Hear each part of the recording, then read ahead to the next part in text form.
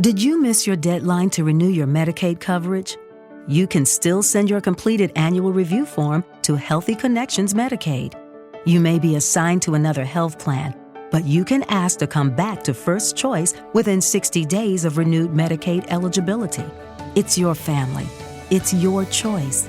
First Choice is the right choice. Renew and choose us. Visit selecthealthofsc.com/renew to learn more. Judy was boring. Hello. Then Judy discovered ChumbaCasino.com. It's my little escape. Now Judy's the life of the party. Oh, baby, mama's bringing home the bacon. Whoa, take it easy, Judy. The Chumba life is for everybody. So go to ChumbaCasino.com and play over 100 casino-style games. Join today and play for free for your chance to redeem some serious prizes. ChumbaCasino.com. No purchase necessary. Void where prohibited by law. 18 plus terms and conditions apply. See website for details. Welcome, friends. It's the Movie Film Podcast. Movie Film Podcast. Enjoy the show. Zach and Sean and Ryan are talking about movies. Movie Film Podcast on the radio. Welcome to a movie film special episode brought to you by Mr. Boyd Productions. My name is Zaki Hassan, and sitting next to me for the first time in the history of our show is my good friend Brian Hall. Hey, Zachy. This is just completely different. This is so weird, being right next to you. How do we prove to the listening audience that we're right next to each other? I'm drawing a blank. Here, how about I just come over here and I just... Ow! See? Crazy. We're in the same room. So, given that this is a momentous occasion, we wanted to do something a little bit special, and so it is an off week for the movie film show, but we decided to do the first of what we hope will be a series of special episodes where we present a Movies That Matter movie commentary. Yeah, we've talked about this for a while, and here we go. Here we go. So our first Movies That Matter commentary is a movie that is very near and dear to me, and anyone who listens to the show probably has a good sense of where this is headed already, given that this upcoming Friday sees the release of Dawn of the Planet of the Apes, the highly anticipated sequel to the prequel/reboot of the 20th Century Fox franchise. We decided to take a look back at the original 1968 Planet of the Apes. We will be watching it through along with you. We'll be having a conversation about it. We'll be hopefully dropping some nuggets of information that you might find of interest. So we thought, what better way to inaugurate this feature than roping you guys in too. So we've got Planet of the Apes all queued up, so go ahead and get that going. We'll wait. And Brian, how do we want to do this? So what we did, so you can cue it up exactly where we're at, is we started the movie, let the 20th Century Fox logo go, and as soon as it faded to black, we hit pause. So we're at... about 12 seconds in. 12 seconds. So as soon as it fades to black after the 20th Century Fox logo, hit pause, and then we're going to count down from 3, hit play, and then you will be exactly in sync with us. Awesome. So here we go. All right. Ready? Let's do this. 3, 2, 1, play. Here we go. Space. The Final Frontier. Yes. Wrong franchise. Right. Well, hey, you know what? Let's let people know here that Zachy is a super fan of these movies. I have seen this movie maybe twice. So this is Brian's second time watching the movie. This is my second decade watching the movie. Yeah, so I'm hoping to be more of a moderator here and let Zachy drop some knowledge on y'all. Uh-oh. Because I will tell you, Zachy alone giving a commentary on this is worth it, so... Well, I mean, just starting things off, we've got Chuck Heston as George Taylor. He's the protagonist of our story, and we're seeing him giving a monologue that is steeped in cynicism, because that's kind of the motivation of his character, is that he is a misanthropic character. He dislikes people, he dislikes humanity, and I think in a lot of ways he was reflecting the mindset of the film's writers, both Rod Serling and Michael Wilson, who wrote and then co-wrote the script. Mm-hmm. So what this monologue is doing is kind of setting the stage for who he is, and I think it's actually a great exposition device, because he's got I was kind of mocking Star Trek, but that's what this is. This is the captain's log, right? And the same way every Star Trek episode would set the stage with the captain's log, that's what this is doing. But while the Star Trek captain's log give you a sense of the episode's plot, this gives you a sense of the protagonist's mindset as we're going. Well, Now, this is based on a book. It is based on a book, yeah. And how closely does it adhere to the book? Is this its own thing? Is this... Well, it adheres to the book in the sense that the premise involves a planet of apes. Okay. and an astronaut ending up there, but that's pretty much... So the characters are even different? Or? Yeah, I mean, it's definitely... The spirit of the book is there. It's not something like they just kind of toss the book in the dumpster. It's the character names are the same for many of them. So the book. So just by way of background, the book is called La Planète des Singes, and that translates. It's French. It's by an author named Pierre Boulle, who also wrote Bridge on the River Kwai, and the translation of the title is roughly The Monkey Planet. Huh. And by the way, just before we interrupt, so these are his 4 colleagues here. And right before he sits in, we see the lone woman astronaut, Lieutenant Stewart. Now, this ship, the mission of the ship was such that they were going to go off and colonize a planet. Now, if you notice, there's a slight math problem. Right. And they basically address that in the film. I mean, her role on this voyage was basically to go to Bone Zone with all 3 fellow astronauts. That's actually referred to? Yeah.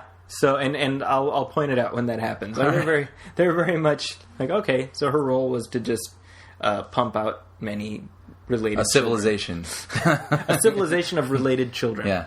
But so the book Planet of the Apes, the Monkey Planet, which also was titled Planet of the Apes, the rights were picked up by Arthur P. Jacobs, a producer who wanted a film that would have the mass appeal of King Kong. Oh, okay. And he said, well. He actually thought about remaking King Kong. He said, that's a bad idea. And then a few years later, Dino De Laurentiis said, I think it's a good idea to remake Planet of the Apes, King Kong. But the premise of the book is the same in the film, and the character names are the same, except for the main character. Our protagonist in the book, he's a journalist. His name is Ulysse Merou. And he's a journalist. Very French. Yes, exactly. Sounding name. Yeah. And in the book actually starts with some astronauts in space, and they find a message in a bottle in space, and then they pull the message of the bottle in, and they start reading it, and it's our main character telling the story of what happened. I see. So it's very, very different. So now, Rod Serling, was he the person who took the first crack at this as a screenwriter, or how did this come into his hands? Yeah, He a Twilight Zone fan, of course. He and that's what he was known for, and what essentially happened is that Jacobs picked up the rights, and he turned to Serling first. And Serling actually adapted the script fairly accurately to the book. So the setting in the book is actually modern. So in this film, it's very kind of caveman setting, and that was, I think, more budget restrictions than anything else. But in the book, modern being 60s, modern being contemporary to the era. So the apes are wearing ascots, and they're driving around in cars and things like that. Funny. It was and so it would have been much more of a science fiction society by virtue of that. So I think just the money wasn't there for that, obviously. Right. So Serling wrote many of the early drafts, and then he was rewritten by Michael G. Wilson, who preserved the structure of what Serling wrote. Okay, but the dialogue in the film is actually Wilson's. Okay, and Michael Wilson wrote. He wrote. I believe he wrote Bridge on the River Kwai, but he also wrote Lawrence of Arabia, I believe. Wow, so he's adapted this author's book. 2 of this author's books. Exactly, and it was he had actually been blacklisted during the the McCarthy era and stuff. So he harbored a lot of resentment, and I think in some essence, Taylor's misanthropy was reflective of some of his own. Yeah, I think, and you'll see, and I'll point out some little moments in here that allude to what he went through with HUAC. Now this is great over here. The ship is crashing. And it's brilliant because it's an entirely POV shot, so we don't have to see 1968 special effects model work of right. And so it ends up making the film feel more timeless, and it's brilliant. Look at that. The cut occurs right there, but we never actually see the cut. Yeah. And now we're, of course, inside the ship. Right, so it's perfect. I mean, the inside of the ship, it's so minimalist that it doesn't look particularly dated. Right. But it also looks bigger than it is. Like we have an implied scope in what this ship looks like. Yeah. So now, of course, this is however many months later, right? Yeah. They have beards. Cryo-sleep. They've been in cryosleep. They've grown long beards, but their nails are the same length, and their hair is the same length. I've always wondered about cryosleep when you watch like Alien or something, like, you know, thinking about poop and. I'm like, I've got a poo problem. Right? I've always wondered about that. Yeah. Now, of course. So Moses is. I'm going to bring the word of the Lord to these heathens. I mean, we joke. By the way, coming up right here, this is the first like scare moment of the movie. I remember seeing this when I was 9 or 10, and it was like, ah! Right here, here it comes. Stuart. Oh, Creepy, right? yeah. So she died in her sleep. That was actually not a dummy. That was actually a woman, an old woman who was made up to look like a corpse. Huh. So now, see over here, you can see there's implied depth to the ship. But in actuality, It's just a model. It's and it was a life-size model, but it was, just under the surface of the water. Right, so you don't have to see the body. Yeah, but Yeah. the implication is that it's much bigger. So now that they have no woman, are they like, we're going to have to get really creative with this? Yeah, I don't think they've thought things through. They didn't bring a backup woman, which, of course, you need in life. Yeah. It's been my experience anyway. So here, now it's what we're seeing about his character, about Taylor specifically, is that he is decisively the commander, right? So so we can contrast his sort of misanthropic, when he's kind of by himself, what his view is, but when it comes down to the mission, he's still the man in charge, and he's still a dependable leader, I guess. Where was this shot? So this is Arizona. Okay. This most of this stuff here. This is all like, near the Grand Canyon and all the national state parks in Arizona, and the heat was just excruciating. I mean, if you can imagine, Well, I from what I understand, in the original Star Wars trilogy, they always went to Tanzania, right? Tunisia. Tunisia. I'm sorry. For Tatooine stuff, but then it just got to be so unbearable that they filmed Return of the Jedi in Arizona. Right, in Yuma. In Yuma, yeah. That's right, yeah. See, now this is important here because what needs to happen in order for the plot to move forward is that they have to be separated from their technology. Right. They have to be separated from the world. So the first thing is the ship, right? Now here, of course, we're going to get, in just a second or two, we're going to get the reveal about exactly when they are. We don't know where they are.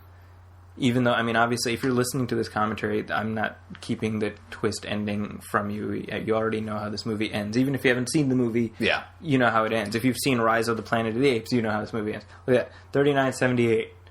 So, in other words, they were asleep for 2,000 years. Wow. And I don't know what's exactly meant here, but it comes as a surprise to him because they seem to have overshot how long they were supposed to be asleep. Yeah. So the idea was that they were going off to some distant planet in the Bellatrix system somewhere, and they were supposed to colonize that. Now, I don't know how much you know about this, but I'm interested. So this is 1968 when this film was released. 68, yeah. So where was sci-fi at? You had like sort of the 50s films where sci-fi was, these UFOs on strings. You think of like Ed Wood and sort of cheesiness. Yeah. But when did like sci-fi, like this is a straightforward movie that's actually trying to say something. Yeah. So like, is there something? Well, this certainly wasn't the first out the gate. Serious sci-fi had been happening. Yeah. In sort of dribs and drabs. But it had to be couched in sort of adventure or something to hold attention. Like I'm thinking of there was Forbidden Planet, which was a few years before this, which starred Leslie Nielsen actually in a serious role, believe it or not. Not to be confused with 2001: A Space Travesty, which was Leslie Nielsen in a non-serious sci-fi role. Yeah. And then before that was a film called The Day the Earth Stood Still. Right, which is directed by Robert Wise, who did the Sound of Music, and that was a serious film. That was a Christ allegory. So that so it was not something unusual, but they needed to sell this movie as being not just kind of Buck Rogers stuff, right? And so the sales campaign, the marketing campaign, first of all, it hinged on getting Charlton Heston. Right. Right. So this is 1968. It's 10 years after he won an Oscar for Ben-Hur. So Charlton Heston, at this stage of his career, was the equivalent of, I'm trying to think of like a modern equivalent right now. And, you know, he was a George Clooney or something, to the extent that his involvement guaranteed a green light. Right. And he had audience cachet. He was one of the most popular stars of that era. Yeah. So Jacobs, the producer, was very smart about first getting a star attached. And Heston got involved. And then it was through Heston that they got Franklin Schaffner, the director, involved, because Heston had just made a movie with them called The Warlord. Okay. They had Jacobs had been talking to Blake, the Pink Panther guy. What's his name? Oh, Blake Edwards. Blake Edwards. And also J. Lee Thompson, who did Cape Fear. Both of those guys were at one point seriously involved. Yeah. Thompson actually ended up doing 2 of the Apes sequels. He did Conquest of the Planet of the Apes and Battle for the Planet of the Apes. Now, how many sequels followed this? Quite a few. There were 5 films in the original cycle. Right. Plus a live-action TV show, plus a cartoon show. Right. So, and that's another thing, too, that I found interesting. There was a lot of toys and merchandise involved with this film, right? Yeah. And most of the toys and merch happened after the movies were all finished, which is kind of interesting. So what Fox realized is that the audience for these films was a big chunk of it, which was kids. Mm-hmm. Kids loved it, and so between the time of the last movie and the TV series starting, which was about a year, they went into overdrive and they licensed the living crap out of this franchise. Right. So action figures, lunchboxes, coloring books, trash cans, you name it. And then eventually there was a musical, right? Unfortunately, the musical did not happen. However, we did get to see Troy McClure sing a couple of numbers from the hypothetical musical, right? I hate every ape I see. Right. Yeah. See, so right here they're discussing exactly what happened. And again, we get a sense of Taylor's cynicism, right? He's just like, well, that's how it is. She's dead. This is how long, and this is where he breaks it down. And he's like, well, you're a big wiener. That's basically that. The relationship between Taylor and Landon, who's of course the guy he's talking to, and then Dodge over there, is very interesting because specifically with Landon, he treats him as an annoyance, and he definitely has a superiority complex. He's an unlikable character except for the personal magnetism that Charlton Heston has. Right.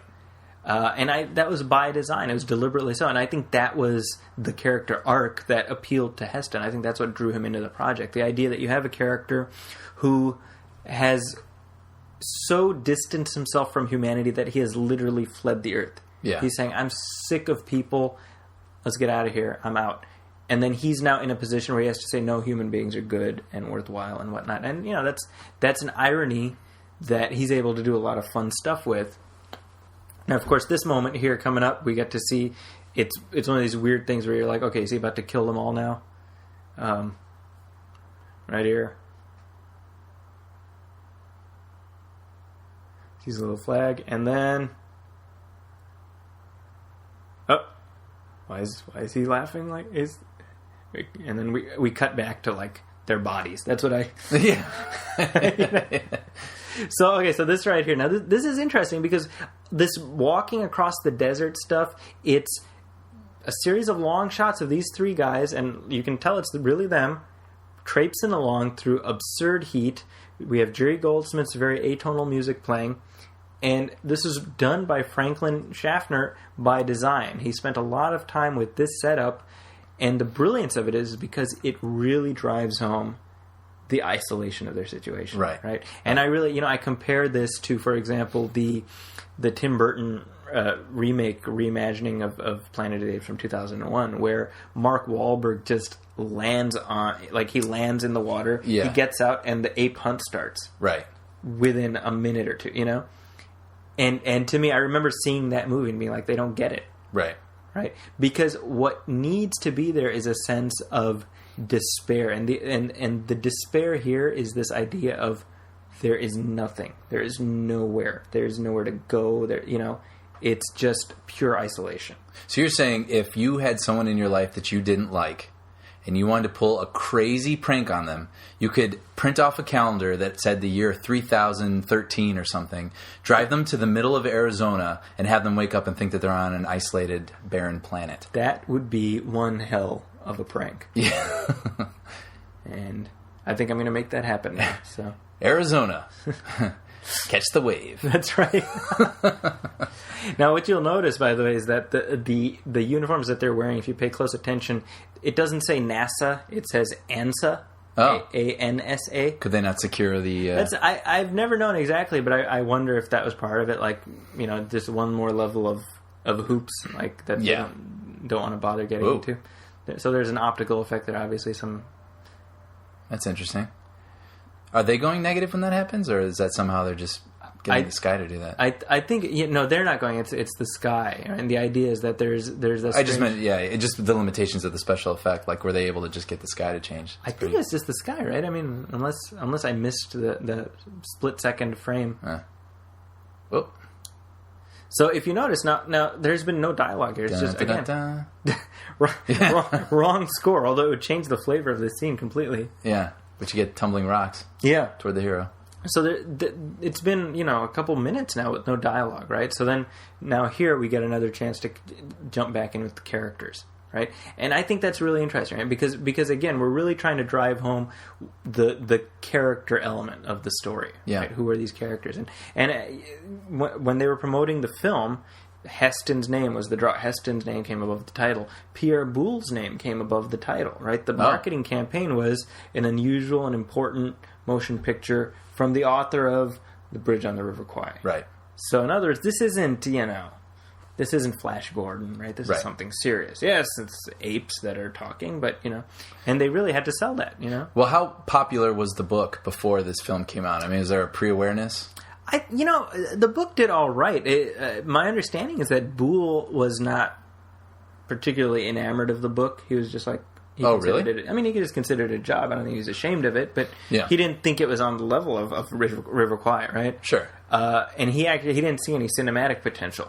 So really, this was Arthur Jacobs seeing what Boole didn't, and he really, they hucked it around all over town for 5-6 years. Oh wow!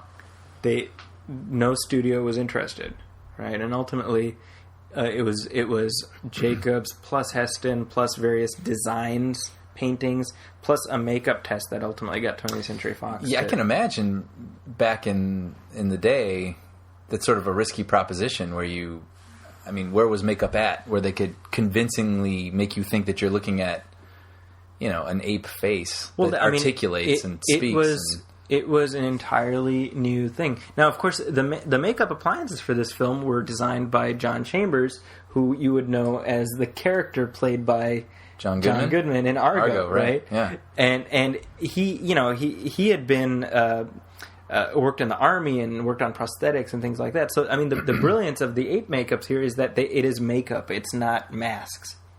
Oh, I see.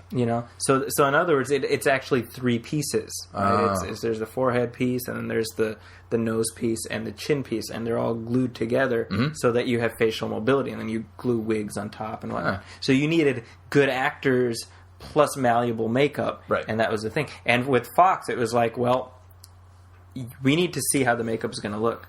So they filmed a makeup test, and it was a very rough, like a primordial look. It looked nothing like the makeups that we see here, but the test's kind of interesting. It starred Charlton Heston, starred Edward G. Robinson playing Dr. Zaius. It starred James Brolin as Cornelius. Huh. So and that was the thing they put together, and it that was enough for Fox to take a gamble on it. So they assumed the risk, and they benefited from this because, of course, it's been a franchise that's been continually paying off over the course of the past, 40 years. Wow.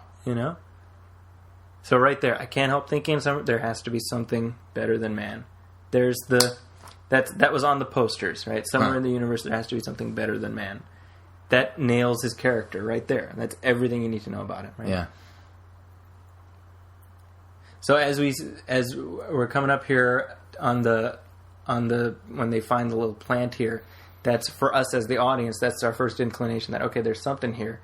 And then what we'll start to see as, we carry forward over the next few minutes is that there's a little bit more vegetation here and there as we move towards, what the title promises, obviously. And, I wonder if audiences at the time got impatient. Because, to me, I think all of this stuff plays very well. It's very compelling, right? But I wonder if they're like, come on, let's see the apes, Yeah. Yeah. I don't know. Yeah, it just seems like now an audience's attention span, and it's not... people say that, like, audiences are dumb, and I don't even believe that. I just think it's what we're conditioned for now. Yeah. That's the tempo that movies move at now. Yeah. Like Zachy and I were talking the other day about Jaws, and I rewatched that with some friends who had never seen it before, and they liked it. But we all noted just the tempo of that movie is so much more deliberate and slower. Frankly, it's slower, you know, and that is known as the first, summer blockbuster, and compare it to the blockbusters now. Compared to Transformers 4. Yeah. Right. Yeah, it's very different. But at the same time, you get the sense of, like you say, the isolation and the exploration here of trying to figure out where the heck they are, and then it almost makes the reveal. We know the apes are coming, obviously, but for their story here, experiencing it, it's more shocking that it comes later after they think they're on something that's as normal as Earth. Right. Well, and that's, by the way, it's worth pointing out here that the music that's playing in this sequence. Now, Jerry Goldsmith is, of course, the late, great Jerry Goldsmith is, one of these, he has a body of work that is impressive by any standard, but he did some really interesting stuff here, and his score was actually nominated for an Oscar for this film. Because it's studiedly atonal. It's not something that necessarily makes for easy listening, and he uses some very varied instrumentation to kind of get these otherworldly sounds, and it really dials up just I'm going to use that word again, that isolation, that the desperateness of their situation. Look at all this composition. Yeah. Just totally using the widescreen and just the surroundings. Yeah. There's a lot of these things you could just freeze frame and they look like paintings. Yeah, and you can definitely, there was a lot of thought put in, and the film was going over schedule by this point because the actors were like collapsing from heat exhaustion. Yeah. But that was Schaffner's whole deal. He was like, it sets the mood, the tone, and the goal of the film. Now, what's easier to see now is like the figures in the back there. And I remember the first time I saw this film, I had like a third generation dupe, so I never even noticed those until I saw this movie on DVD. Really? Later. Yeah. I was like, oh, that's intriguing. It's a nice little teasing there. Yeah. They just do a masterful job. Now we're coming up here on, you can see on the far left. I'm in love with this framing. It's great, right? Because it forces you. Look at that. Yeah. Yeah. See, so right here, this is where now our first indication of civilization, which is, of course, the scarecrows that we find. And then again, the Goldsmith music just swells to this very unnerving, creepy thing there. Man, I can't imagine crash landing on another planet, seeing nothing for miles, and then seeing something that was obviously created by something. You're like, that's and I don't want to meet that thing. Well, and I'll tell you something. I think this is why this movie in particular works so well. It's a quintessential "what would you do" movie. Yeah. Because it does such a good job of just putting you in their position, and as we go along, because we've been on this entire journey with them. Right, as we've, and there's some great it's not Steadicam because it's pre-Steadicam. Yeah, and it's some guys like climbing up, these mountains. And this, look at how this sequence is milked for tension. Yeah, how they just let it play out. Well, tell me. So now, if in the book this takes place in modern times, with the apes, how is this different? Are they stumbling through what they think is planet Earth, streets, buildings? No. So in the book, they're in kind of a wilderness, and then they come upon. So it's not like a desert like this. It's just like a greenery. And is it Earth? Spoiler alert. It is not actually in the book. Actually, believe it or not, the book is more similar. Or rather, I should say that the Tim Burton film is more similar to the book in that sense, because in the book it's it's another planet. Well, we were talking about how it's like a story within a story, right? So these astronauts who are in space find that message in a bottle. Mm-hmm. They read the story, and it's like, I'm an astronaut, and this has happened, and I went to this other planet. And the way the story that they're reading ends, he ends up escaping the ape planet and coming back to Earth. And then when they land on Earth, so much time has passed, it turns out that Earth has also turned into an ape planet. And so they're horrified, and they go back into space, and there's like, and so the message is like, and we're in space now, and we don't know what to do, whatever. And then the astronauts who are reading it, well, that's just ridiculous. And it turns out that they're chimpanzees. Oh. And so it's like a twist. It's like a double twist. Yeah. So, but did we just see full frontal nudity? We did indeed. Well, very cleverly obscured full frontal nudity, I should say. Yeah. So it's we did see full backled nudity, though. Full backled. Yeah. What's this? Is this rated G? This is rated G, which is, Now, of course, this shot right here is hilarious now because kids are, What's wrong with you kids? Honestly, I've screened this for my students and they just start laughing uncontrollably. So it's like, well, tell me about that. How do kids react to this movie now? Well, the biggest, the narrative itself is very compelling, but of course the twist is just not a twist. Sure. So even kids today, like a 20-year-old today in 2014, is aware of how this movie ends. Well, you can't not be aware of it by virtue of the fact that Rise of the Planet of the Apes exists. Right. And that's a prequel to the series, right? So, touché. So, that's just... So in a sense, then you're watching... It's like watching The Sixth Sense, knowing what the ending is, and you're able to pick up all the... Yeah. So, let's...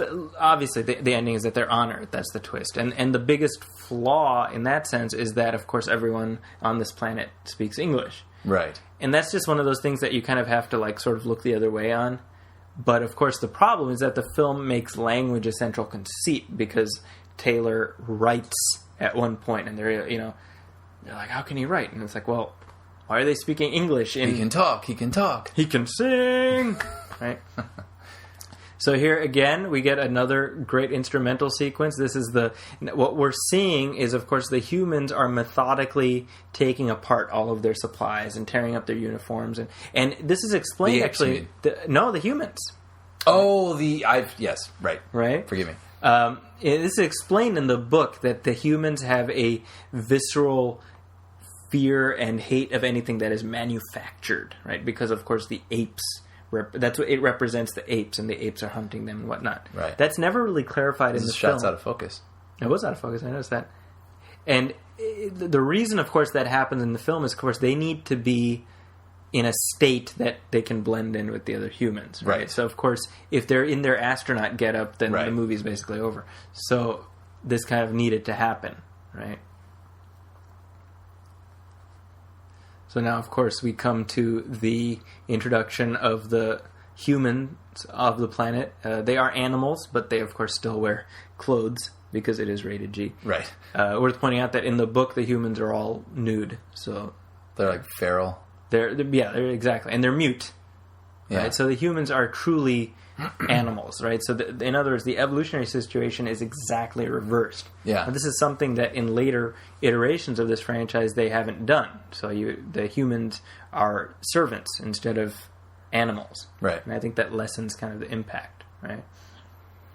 And of course, here we get to see another bit of delicious irony in their conversation, where they talk about how, well, if this isn't so bad, we could run this place pretty well.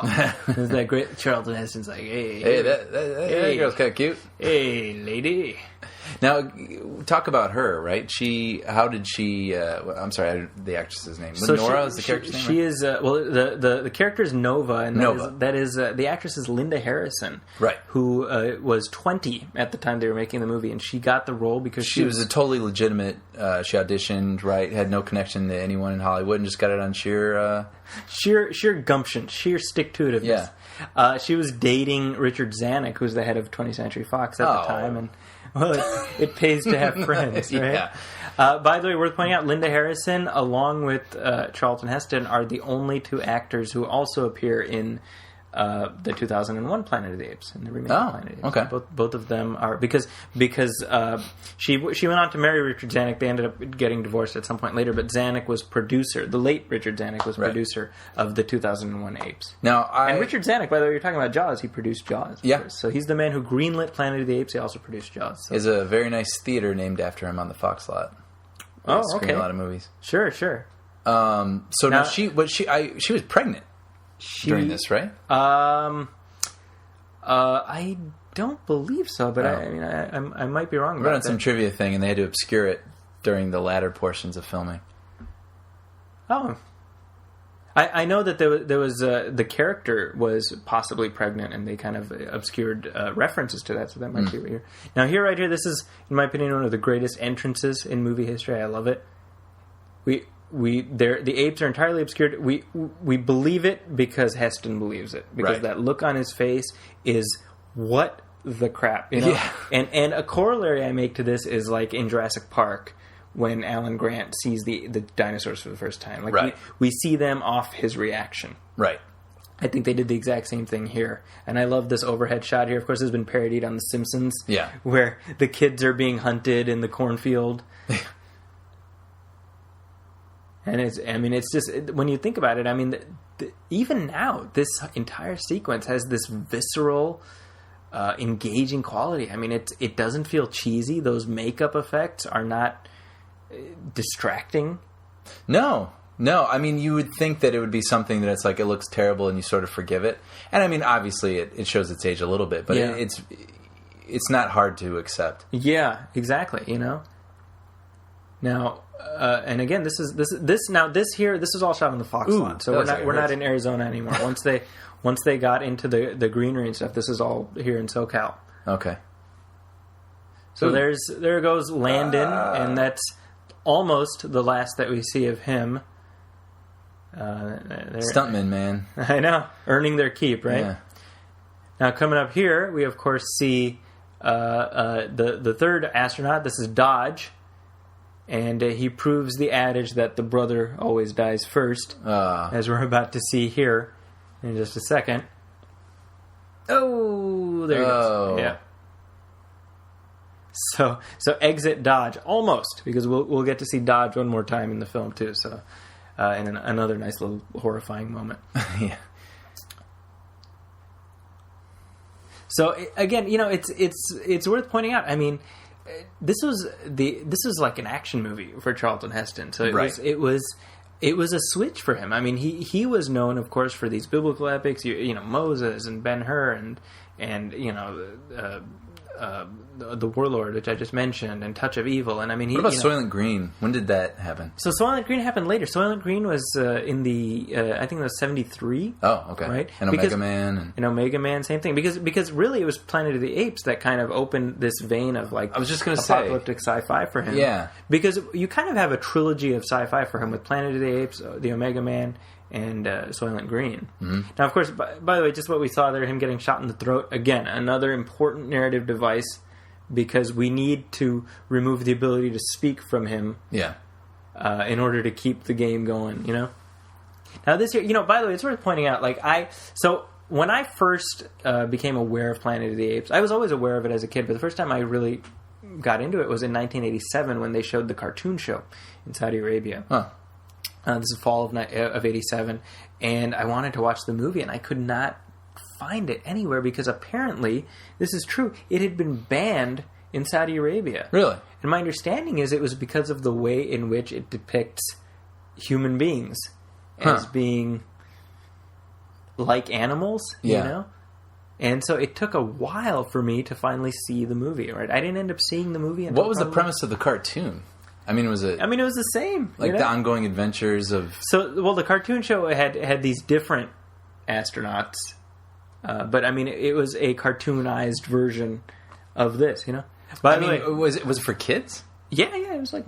back then they didn't make cartoons for grown-ups, By the way, the first thing we see in Ape say, smile. kind of a self-referential nod, like, it's all just fun. Right. Right? I'm just having a hard time wrapping my head around, human slavery in a children's cartoon. Well, it's real. It's the cartoon show was, and I remember it very distinctly. It was scary on a visceral level. It was not scary on an explicit level, but I remember absolutely having nightmares about that cartoon. Wow. I remember very distinctly, like apes coming to get me. Yeah. I remember that. Well, and it's similar to the live-action television show. The same sort of premise, like humans trying to... Is it like Hogan's Heroes with apes? You know what I mean? These people believe in it or like, not, prisoned and trying to... Well, the television show, I think just by virtue of needing to have extras and things like that, the humans were a subservient class. So they were servants, but they weren't animals, right? And actually, I mean, the cartoon was more unnerving than the live-action show, believe it or not. Even though, you know, the live-action show has its appeal, but it's not... It's kind of like Starsky and Hutch on the Planet of the Apes is what that show felt like a little bit. Yeah. So here to the right, we see Kim Hunter as Dr. Zira. Kim Hunter, of course, was by then a very respected actress. She's probably best known as Stella in Streetcar Named Desires, right? With opposite Marlon Brando. So again, you go back to this idea of casting respected actors, right? This is not, you know, clowns. This wasn't meant to be cheesy, right? It wasn't an Abbott and Costello routine. So I think that helped up sort of the seriousness factor of what, and of course here, just by what they're talking about, we see that it's commentary on the military-industrial complex versus like education, and you know, it's all allegory. It's all science fiction. I was going to just ask actually if you could put that in context a little bit. I was just thinking if this came out in '68, this is like pre-Woodstock. It's pre-Woodstock, but what are the issues that are happening? Right, civil rights, Vietnam. I mean, all of that comes into play. You know, animal rights. You know, all of those things. So it's very much meant to be. I mean, we have the way the ape civilization is stratified. We have the blue collar working class gorillas.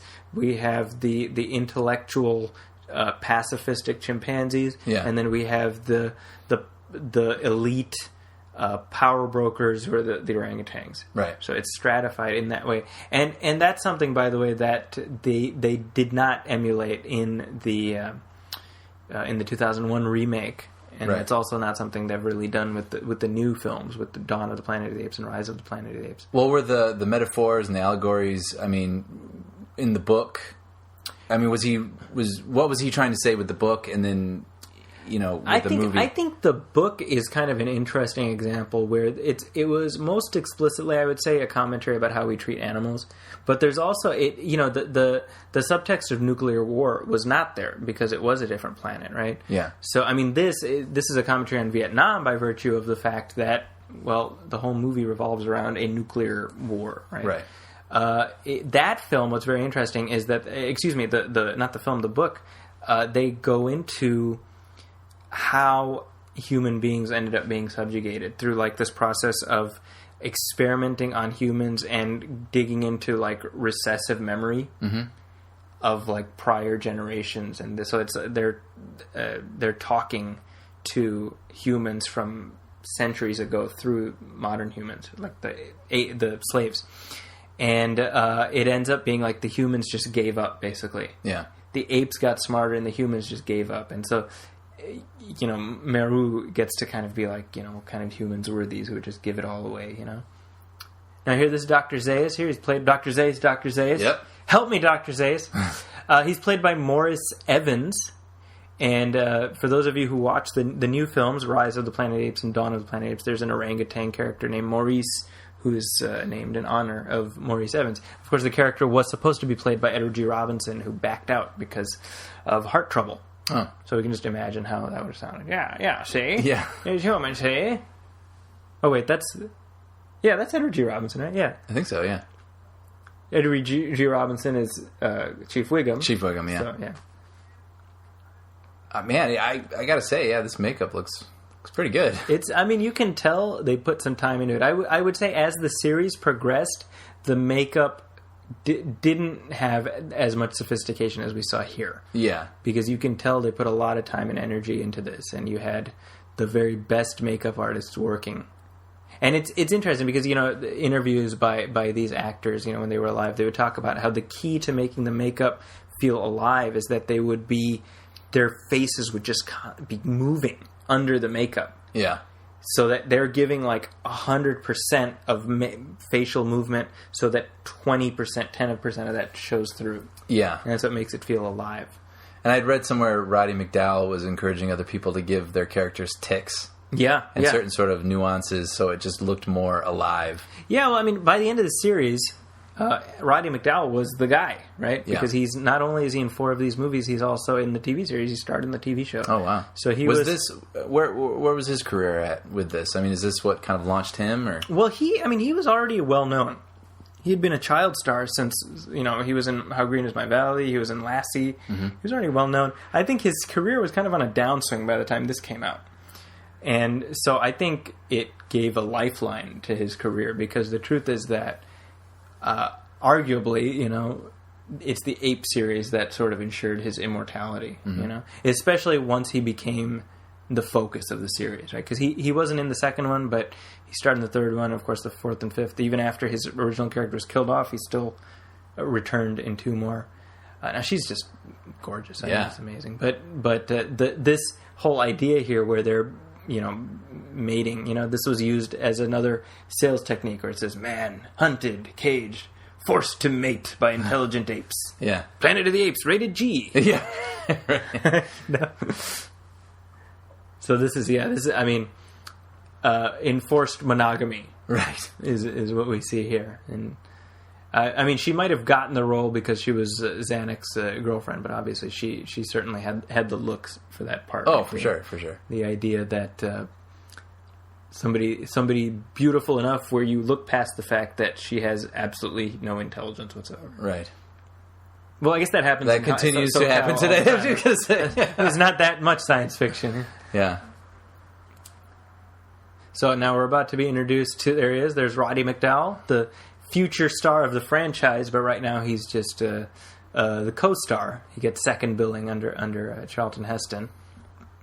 And now here we see them try to kiss, and now it's like the limitations of the makeup where they can't, yeah, because they can't go too close, and they couldn't feel how close they were, because they would just smush together like good foam, point, yeah, because it's foam, right? You should have just kissed her on the cheek. Yeah, that might have solved that problem, right? So over here, now again, what are we seeing here? We're seeing Taylor desperately trying to convince them, like, hey, look, I can talk, I can talk. Yeah. But the mechanics of the story are such that we have to keep pushing that forward. And of course, we're about to go into one of the action sequences here.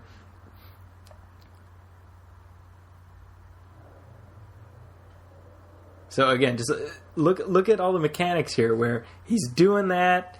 There comes Dr. Zaius, and he's trying to get their attention. They're having a conversation here. Dr. Zaius, what you have to realize, more than he seems. Yeah. He's not ignorant to any of this. And I would argue Zaius he's the antagonist of the story, but he's also a sympathetic character. Mm-hmm. I think that's what adds nuance to the story, because Dr. Zaius is intent on preserving his culture, preserving civilization as he knows it. He knows who Taylor is, right? He knows the score here. Yeah. Fight. It's like Thunderdome. That's right.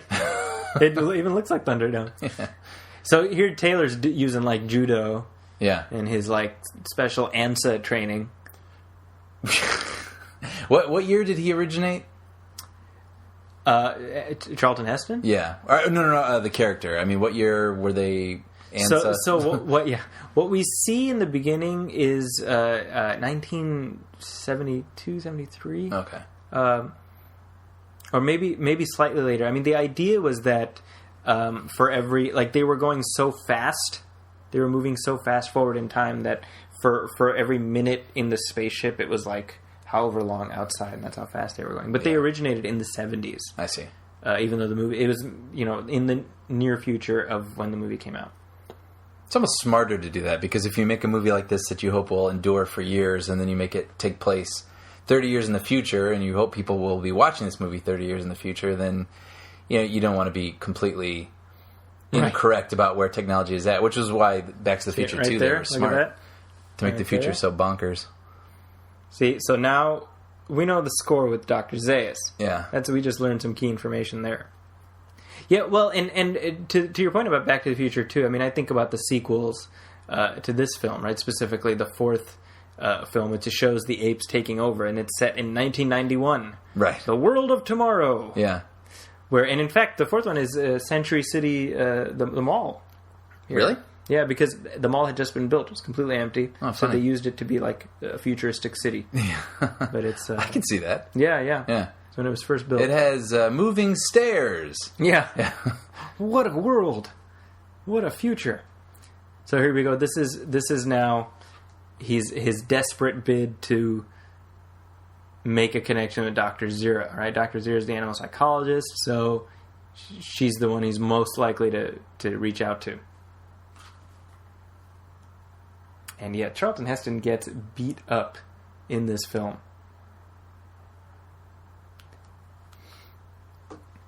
He gets beat up, beat down. He's hit with clubs. He's barefoot in a loincloth. I mean, he got his paycheck. Forced to mate with a beautiful woman. That's right. It's a hard life. See, so there we go. So again, writing is made a crucial part of this movie in the sense that that's how he makes a connection on this alien planet. But it's English. Right. So that to me is a big flaw, but I don't know that there's a way around that. The way they, I mean, in the novel, they actually do speak another language, and he learns that language. Okay. But I don't know that there was a way to do that. And I know that Heston was a big advocate for being like, look, let's just do language, let's have language be English, and It makes sense. I mean, for a movie, you got to accomplish a lot in a limited amount of time. yeah. Now, of course, what we see there is kind of interesting. Suddenly now we're doing the upshot of Taylor because now the power dynamic has changed. Yeah. Right. And it's interesting here is like what we see, she's receptive to what he's saying. He is not. Yeah. And for him, he doesn't know what to make of it, but they have a very combative relationship, which I think it serves the story. And he's like writing these Post-it notes, just trying to... I'm amazed how expressive she is. Oh, yeah. And him too. I mean, and those are false teeth, of course, that you see in his mouth Right. there.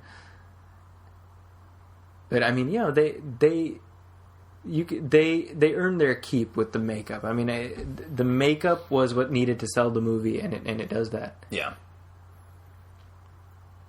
So just in their conversation here, you can see a reflection of like the concerns of the time about like they're basically this domestic couple, right? They're like a middle class couple just trying to keep afloat, essentially. Now, where did they make sequels to the book? They did not. So it was one book, and that was it. And I mean, again, you have to realize that Boole wrote the book and was done with it. He Yeah. didn't, This was like a Stephen King, like when he was, just puts out a novel and he's on to the next one. Didn't think. Yeah. I mean, he didn't think twice about it. So the fact that it turned into arguably his most successful book, at least in terms of like, the amount of money he probably reaped is, I would assume, it came as a complete surprise to him. Yeah. Right. And He just invented airplanes right for them. like he just something they've never seen before, the idea of flight. What would you do? I would like invent rock and roll. You'd start playing Johnny B. Good. Yeah, and I would write Star Wars for them. But this is pre-Star Wars, Oh, you're right. right? And what's interesting is when Star Wars was coming up, because remember, Star Wars was Fox, the hope was, well, best case scenario, it'll do as well as Planet of the Apes. Yeah. And of course, the ironic thing about that is like, well, Star Wars did far, far better than Planet of the Apes. But this was the first time that you had like a mass media, multimedia sci-fi franchise. Well, how about studios? Because I know back in the day, like studios used to be known for things. MGM was like the musical studio. I mean, was Fox sci-fi? Fox was not sci-fi. Fox at the time this movie came out was in sort of a downward spiral because things that they had been working on were not doing well. In fact, Arthur Jacobs did Dr. Dolittle for the studio, and that was a pretty big flop for them, right? Mm-hmm. So they weren't doing well. So this movie, which represented a tremendous gamble, ended up paying off big time for the studio. Yeah. Because it saved their bacon, and that's the reason this movie was not conceived with a sequel in mind. I don't think anyone involved had any illusions about doing a sequel, much less any desire to do a sequel. Yeah. The sequel notion came not from the producers, it came from the studio. If there's any job I don't want, it's to run a studio. Well, why is that? I mean, just you could have the best idea in the world, and it could just completely not work at all, just because of numerous reasons. And there's so much money involved, and I mean, you just hear all these stories. I mean, when you look at all these classic films that we all love, a lot of them are huge gambles, and if they hadn't succeeded, the studio could have gone bankrupt. Mm-hmm. You know, and it's like they worked because of lightning in a bottle. And it's like, how many times can you like pray for lightning in a bottle? Right, you know? And it's just, I don't know, I'm sort of fascinated by that. One of my favorite things is reading all these stories about movies that I like and just hearing all the odds that were stacked against them. And you're like, this movie should not have become the success that it was, but you know, people have the imagination and the ability. For every movie like this that's championed by, Richard Zanuck, and it gets made and it turns out fantastic, you have something like John Carter that was championed by Rich Ross or whoever, and ends up losing his job over. Yeah. You just don't know. So again, now the important context to watch with this scene here, right, is that Zaius is putting on as if he has no idea what's going on here. He knows exactly who Taylor is. He knows exactly who he is. He knows exactly what he represents. and that's a key piece of information that you have to recognize, because everything that happens to Taylor, over the next act or so is as a result of Zaius's manipulations. Yeah. Right? And his perspective is that of somebody who is trying to preserve his society. So I think it's too easy to be like, oh, well, he's just the bad guy, right? Like, well, he's the antagonist, no doubt. But I think it's too easy to write him off as just the villain. Yeah. Now you say this dialogue was completely rewritten. Yeah. So Rod Serling, I mean, what was the reason? Was it not how they wanted it to sound, or was it story changes, or what sort of reason was there? I think Michael Wilson's biggest contribution to the plot was sort of taking over when they decided to do kind of this more primordial city and this and that. Right. And so I think Serling just kind of hit a wall at some point as far as how much he could contribute. I don't think he lost his passion for it, but I think it was just like, I've given it however many, and he did a substantial number of drafts on it. Yeah. So Wilson just kind of came in to finish the job, and so fresh perspective a little bit. And so the movie really is it's accurate to say it represents both of their visions very well, because it's there. You can definitely see the Serling influence just all over this thing. Now, where's Twilight Zone in all this? Like, I mean, is that something that I don't know the years of that show to be honest. Twilight Zone was in the 50s. Okay, so Serling by this point, and certainly by the time he's involved in this, is a very well-respected, award-winning writer. Right. Now, Taylor, I don't know if you picked up on this, but the reason he takes off here, because he overheard them saying that they were going to take him off to be gelded, which means, emasculated. And Charlton Heston's like, you... Not my wang. Let my testicles go. So over here, now this entire sequence is one of my favorite parts of the whole movie, partially because it's so unnerving, because it really drives on what I was saying earlier about the idea of, like, what do you do? Where do you go? Where does he go? Right. Where is there to go? Right, yeah. But beyond that, we get this great tour of Ape City. Yeah. And we see all their, like, right, we're seeing a funeral here, right? And that statue, by the way, in the back, that's the lawgiver. So that's the ape's, like, prophet, who is played, by the way, by John Huston in the 5th film. Huh. Angelica Houston's dad, and of course the director too. And this is the dialogue here. This is a little bit on the nose. You see coming up here, one said to me, I never met an ape I didn't like. It's a little on the nose, but there's a lot of that in here, right? There's human see, human do. Yeah. And so, I mean, I think you have to roll with it. I think... And so here we go. And again, this is a great showcase for just Goldsmith's music, which is, again, this great, it's tonally atonal, you know? Yeah. And that was unique during this period here? It very much was at the time, especially for him, because Goldsmith was relatively young at the time. He was coming up, and so he had the ability to kind of do something different. I mean, this is not music in the John Williams school of leitmotif and doing that. This is theme or not as a narrator, music as a narrator. Right. This is emotion-driven music, you know, and it really it underscores just the horror of the situation he's in. I mean, here you see again. It's like, what's he supposed to do? Where is he supposed to go? Yeah. Chuck Heston told stories about running around barefoot and wearing these like little booties, and at one time he like ran through poison ivy and got sick, you know. I mean, he talks plenty of stories from him about that when he was alive, when he would talk about this film. Oh wow. And he was sick for part of this too, right? I think I read he had the flu. That's right. Well, and the sort of the culminating bit of this sequence ends up benefiting from him having the flu, because he his throat was hoarse, and of course, you know, it's his first dialogue in a big part of the film. Now, the other thing, I mean, this is a fairly limited piece of real estate. There isn't a whole lot that they built, but I think just the variety of shots really drives home. Get creative with it.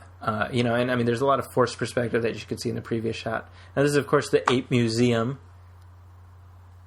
And it's pretty disturbing here, because as soon as he comes down here, you see the stuffed and mounted right humans, you know. I mean, again, it's G-rated. This is a G-rated movie. Yeah. It was a different time. It really was. I mean, you wonder, like, what were the limits? Like, what was because of these 8 movies, only the 4th one was rated higher than G. The 4th one was rated PG. And that has the ape slaves revolting, you know, and that was deemed too maybe violent. when the rating system was new, it was almost like everything had to warrant creating a new rating. Yeah, that's possible, yeah. Yeah. So here, coming up here, we're going to see Dodge, who, of course, the astronaut who was killed during the hunt sequence. Yeah. Again, this is one of those things where if you're a little kid watching this movie, this is the type of stuff that stays with you. Yeah. You know. Ruh-roh. So right there he is. Oh, boy. And then we got our close-up. Yep, there you go. Nightmare juice. Yeah, that's scary. Right? I mean, that's seriously disturbing. Yeah. Right? So right here, so now we see him getting dragged, and he gets dragged into the square, right?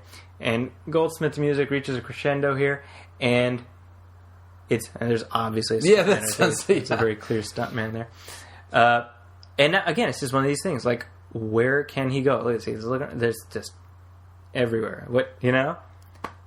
It really drives home the idea. And this particular music track on the soundtrack album is called No Escape. I think it just sums it up, because it's just, where does he go? There's nowhere he can go. So of course here, and you know, they built basically this area, like the square and the center and then the steps, but through the variety of shots, you can see some of the ape makeups there. They just used like pullover masks for some of them, you can tell. Makes sense. And so now we're coming up on, of course, one of the most iconic lines, I would argue, in film history. Yeah. I would argue, and it's worth pointing out, in Geek Wisdom, the book that I co-wrote, I wrote an essay about this line. So I have a little bit of ownership stake in it. Here we go. So yeah, his throat was actually hoarse when he said that. So it ended up paying off.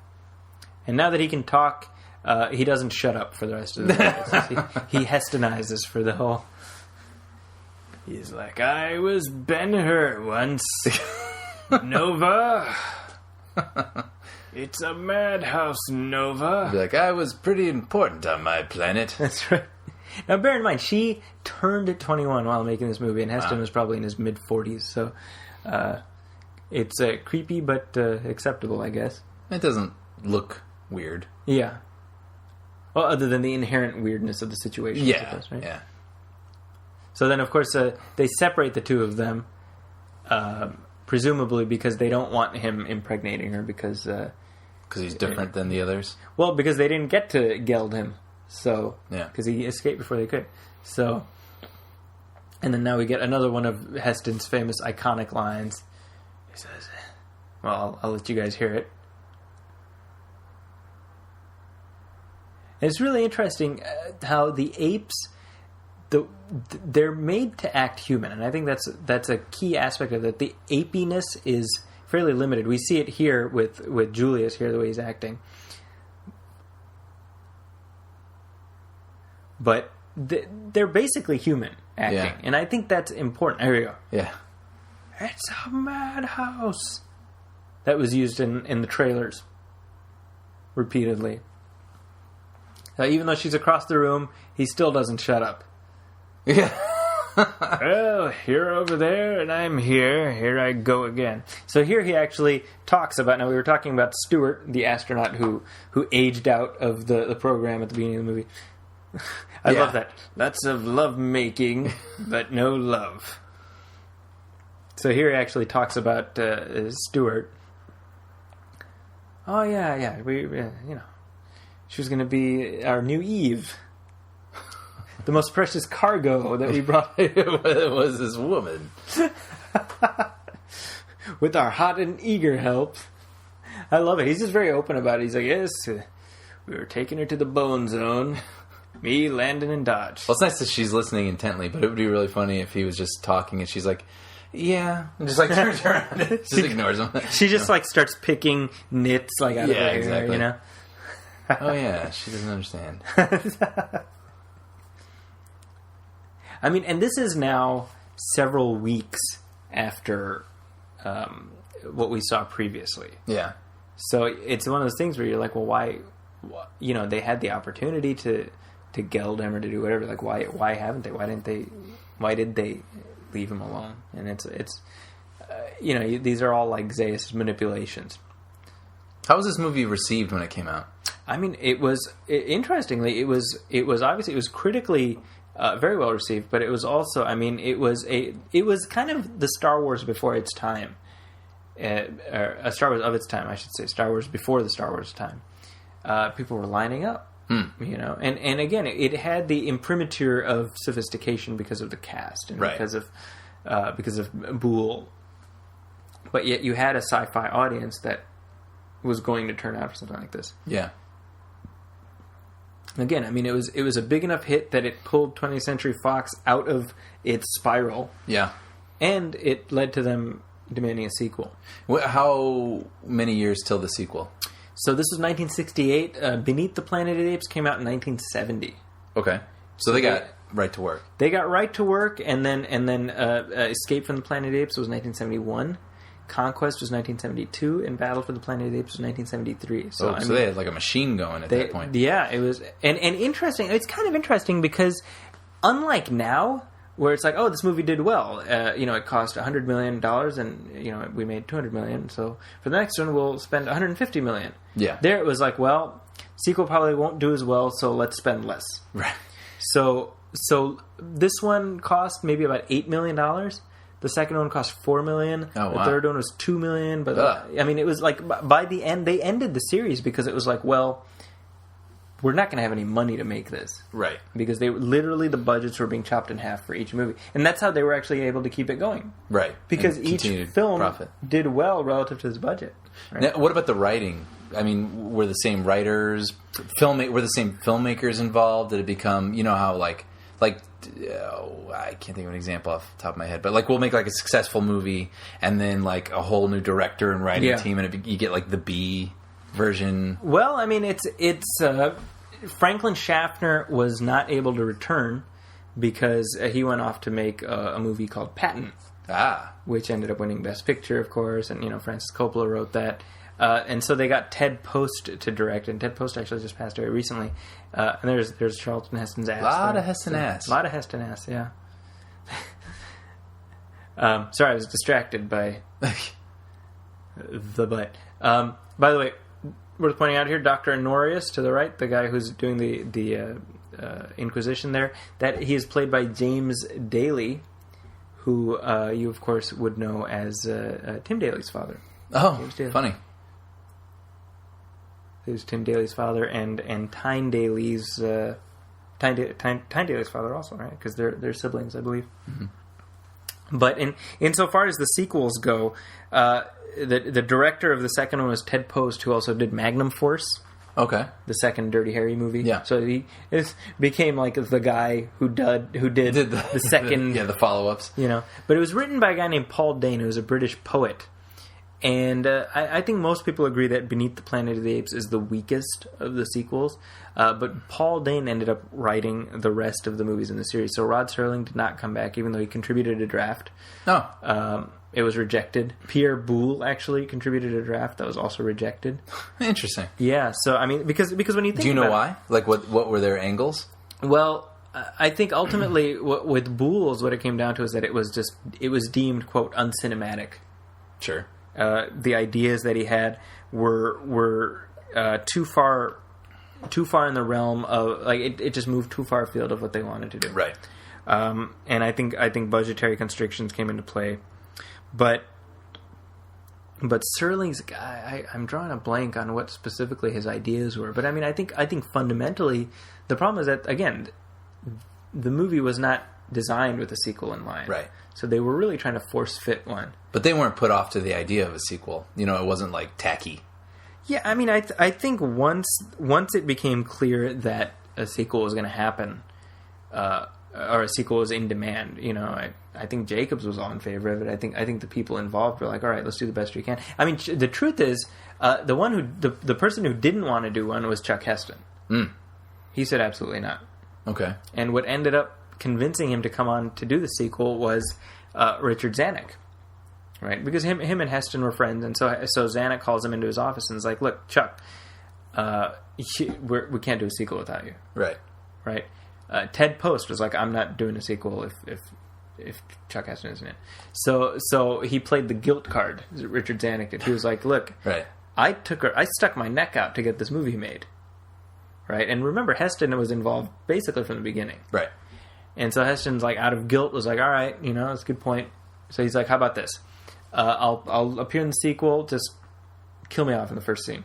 Uh-huh.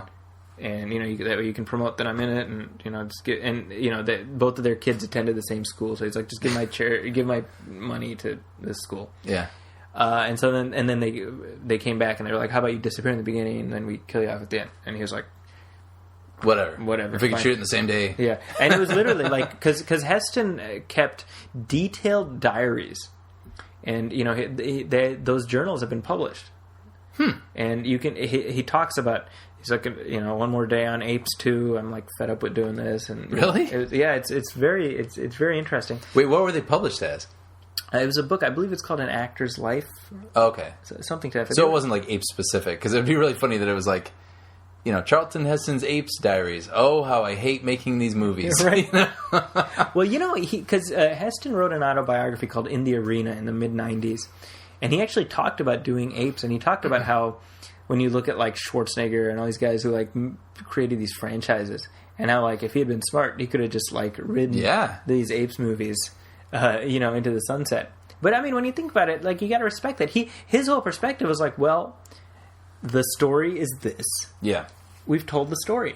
Yeah. And his whole thing was like, I didn't want this to become like Andy Hardy, which was, you know, that series of movies that Mickey Rooney was in, where it's just more adventures. He's like, I didn't want more adventures among the apes. Right. For him, it was a very specific story. This cynic who's brought low by, you know, his own hubris or whatnot. And that, you know, that was the movie. Yeah. And I think, in a sense, Heston removing himself from it was the best thing that could have happened in terms of ensuring the series' longevity as sort of a cultural force. Right. You know, only in the sense that they were like, well, we got to keep going anyway. And Roddy McDowall wasn't doing much at that time. Well, you said that in one of the sequels, is it him? Like, he blows up the Earth or something? Yeah, so because that was the way he wanted to ensure that he not possibly come back. In Beneath the Planet of the Apes, the plot revolves around these mutated humans who worship a nuclear bomb. Okay. And there's even a scene where they say, like, this version of the Lord's Prayer.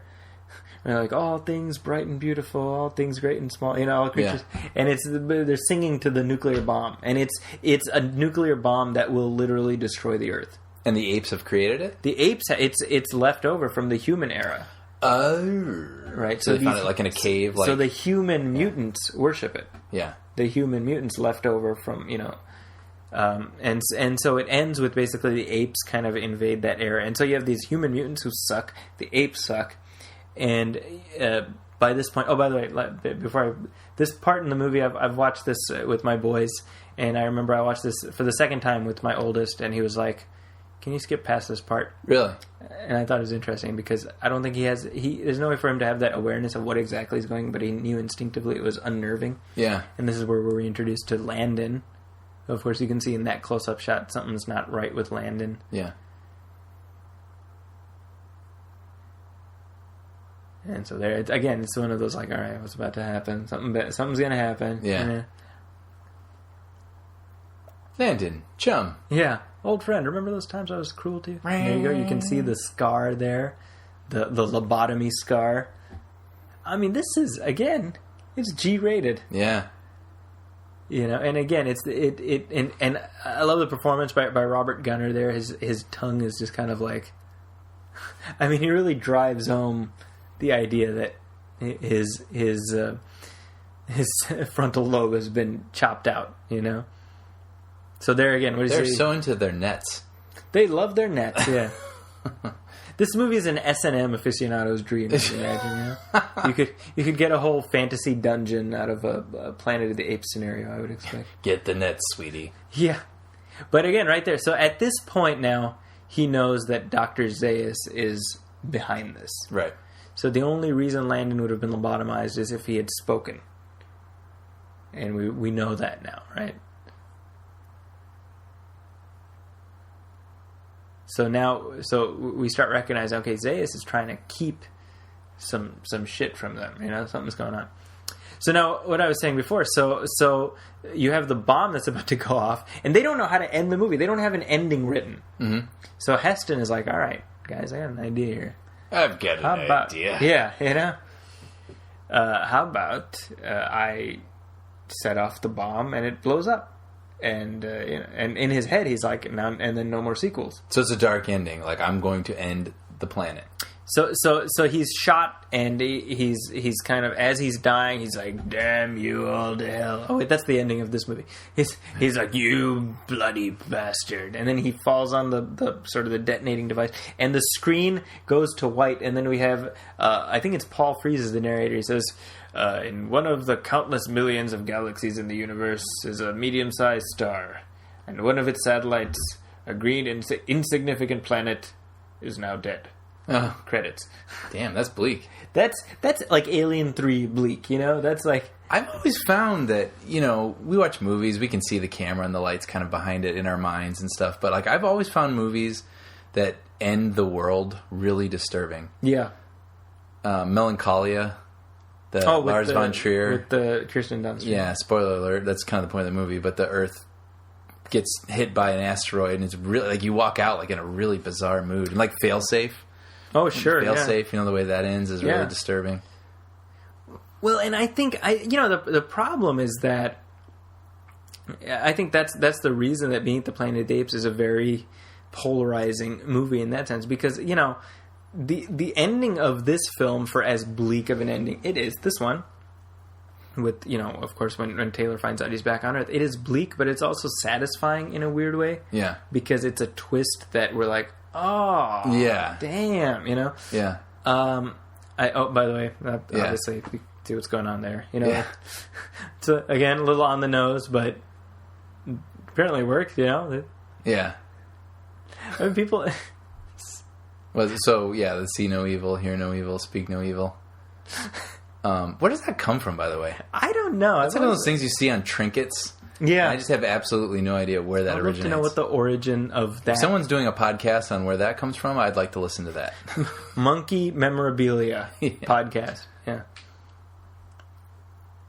So this trial now, what we sort of see is that it was Zaius' attempt to bring Cornelius and Zira out into the open. More specifically, Zira, because he has a belief that they've been doing things they're not supposed to do. Now, of course, the paradox of Zaius' character is that he is Minister of Science and Chief Defender of the Faith.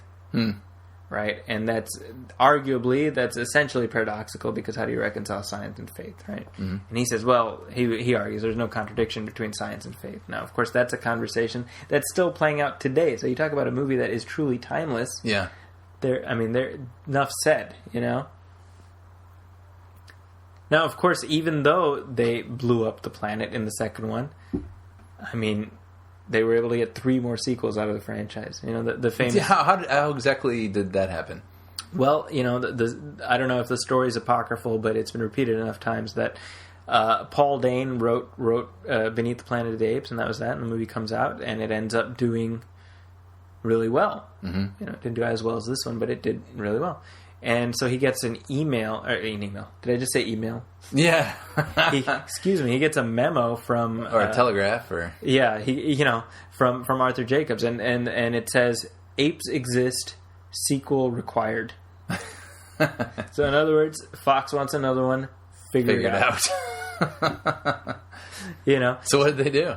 Well, so the third film has Cornelius and Zira as our protagonists, and they've in the interim between the world blowing up, and at some point prior to that, they found Taylor's spacecraft and repaired it and took off just as the Earth exploded, and so that rippled back in time. So it sent them back in time to the then present day of the film. So suddenly now the series, mid-series, became a prequel to the earlier films. Okay.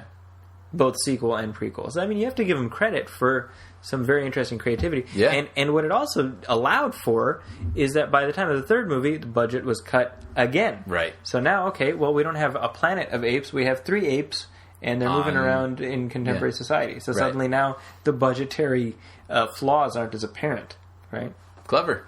Very clever. And that brought back Roddy McDowall, by the way, because in the second film, Roddy McDowall was unavailable. And so they replaced him with an actor named David Watson, and they kind of were like, well, hopefully no one will notice. Right. And as Cornelius. And then in the third film, McDowell came back. And so the third film was when it became starring Roddy McDowall. Mm-hmm. So this is our first one-on-one confrontation now between Taylor and Zaius, right? And this is where we start getting some insight into Zaius' character, right? And at the end of this sequence, we really, it becomes clear when Taylor says, "Whatever you're doing it out of fear because you're afraid of me," right? And when you think about it, well, his fear is rational to the extent that everything that he's driven by, he has full knowledge of everything that's happened. Mm-hmm. So, is he racist against humans? Is he bigoted against humans? Or is he saying, well, I know what humans have done? Right. Right? Like, I know what humans are about. I live on the planet that humans were once in charge of. So when you think about it, like, well, we've built our civilization, and we don't want to end up like you guys did. Right. Right? So then you start saying, well, should I hate this guy? I don't know. Right. Right. Well, that's what they say is always makes a great villain is... He's the hero of his... Yeah, he's the hero of his own story. Right. And I know that there have been, various licensed fiction and comic books and things. I know there was a comic book by Adventure Comics in the early 90s called Sins of the Father that actually talks... It gives us background on Dr. Zaius and how the knowledge of Earth's history is something that's been passed along in his family. Mm-hmm. And so it shows him as a child and kind of really interesting, actually, because a lot of this stuff gives sort of more of an insight into the complexities of the world, right? And I think as the series progressed, like in this film, simply by virtue of the fact that Heston is our protagonist here, we're on the side of him, we're slanted against the apes. As the series moves on, more and more, the apes become our focus, mm-hmm. and the humans are the villains. Right. So I think there's already shades of gray just by virtue of this opening film in the cycle. Yeah. And of course, I mean, that trend is moved even further when we talk about the new films, Rise and Dawn, which is very much, well, the apes are our points of interest in the story, points of entry. Yeah. Now, you used to write a fanzine. Yeah. For Planet of the Apes. Can you talk about that a little bit? I mean, what were sort of the things that you covered in it? And well, I mean, the real question is, like, why would I do that? And I don't have an answer to that. I really don't know what I was thinking making that. I know it was my sophomore year of high school, and I think I was like, well, I don't think social life is going to be happening for me anytime soon, so I might as well go all in on not having a social life. Sure. And I really, I had dug Planet of the Apes since I was, 7, 8. Mm-hmm. And, it's also interesting because this is like the pre-internet era of, like, stuff was hard to find. Yeah. So, like, video stores did not carry these films. Right. Because they had been out of print for a little while. I would look, they wouldn't show them regularly on TV. So Planet of the Apes was not in any way accessible the way it is now. Like right now, for example, the version of this movie we're watching, we logged into Amazon and we just accessed a digital copy. I mean, that's how easy. Back then, it wasn't the case. So, as I recall, through like an online, not even an online. See, I'm using like internet terminology. Yeah. I think through like a mailing list that was in a magazine called Starlog. Do you remember? I remember Starlog. Yeah. So they used to have like fan club listings, and there was some Planet of the Apes thing, right? And it was like a Brazilian Planet of the Apes thing published by a guy named Saulo Adami, and it was in Spanish. I couldn't read it. I couldn't understand. It was in Brazilian, or And but I had written a letter like, oh, I'm interested in your thing, but Planet of the Apes. Oh my gosh, there's other Planet of the Apes fans. And then somebody also had a letter published in that magazine, and they reached out to me. And ended up spending like maybe an hour talking to him on the phone. This is like an older guy, and I was like, I'm able to talk about Planet of the Apes with somebody. Yeah. And it was just really, and so that kind of got me juiced a little bit. And I was like, I'm going to do a Planet of the Apes fanzine. Mm-hmm. And so I remember the first issue was like my reviews of the Apes movies, and I did an original story in like 4 parts. Wow. And I had a thing that I got posted in Starlog, and so I got subscribers. I had maybe like 30 or 40 subscribers at that time. And I did like original stories. I did features on other related stuff, like on a TV show, the cartoon. I did comic stories. Mm-hmm. Like there used to be this thing called Power Records. You ever heard of Power Records? No. Power Records would be like a comic book that would come with a record. You would play the record. Okay. And it would, so there were like Planet of the Apes Power Records. And there were original stories.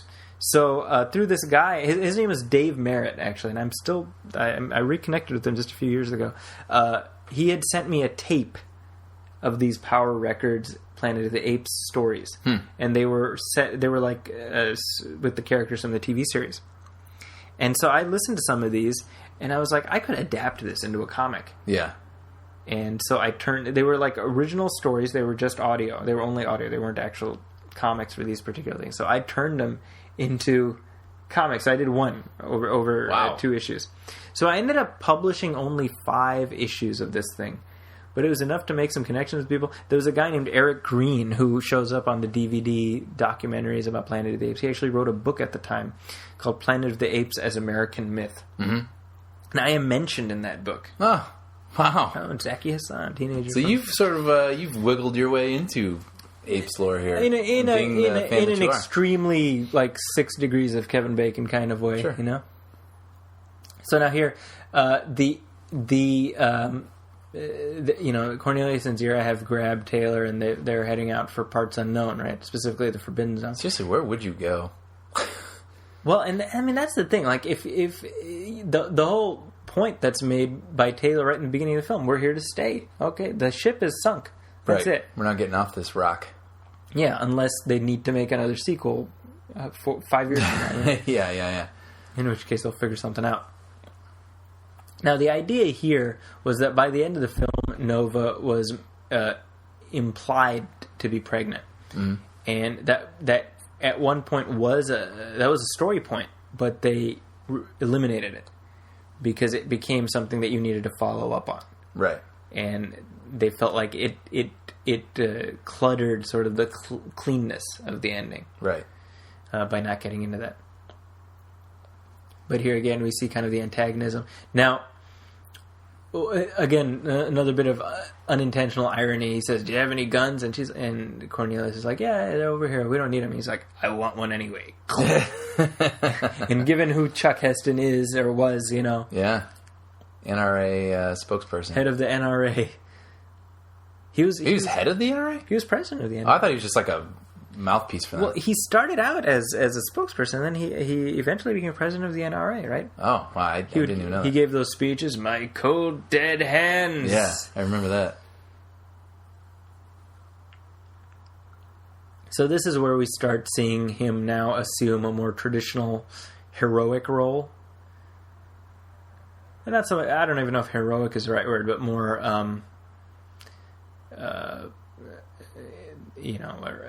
proactive as opposed to a reactive role. Yeah. Right? So, I mean, what's happening here is that they're like, well, we need to go into the Forbidden Zone, because they're like, their necks are on the line too, right? So they're like, well, we need to go into the Forbidden Zone and prove that our theories are right, otherwise we're going to get thrown in jail or killed or whatever. He's like, I just want to find a place to hole up with this one right here.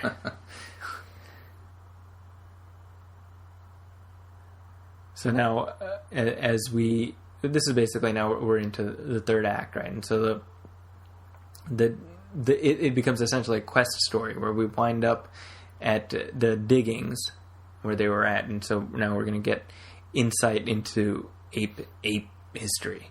Now, it's interesting because even when I saw this movie for the first time, I was probably 9 years old, I knew the ending. I knew they were on Earth, right? So yeah. I'm wondering if audiences...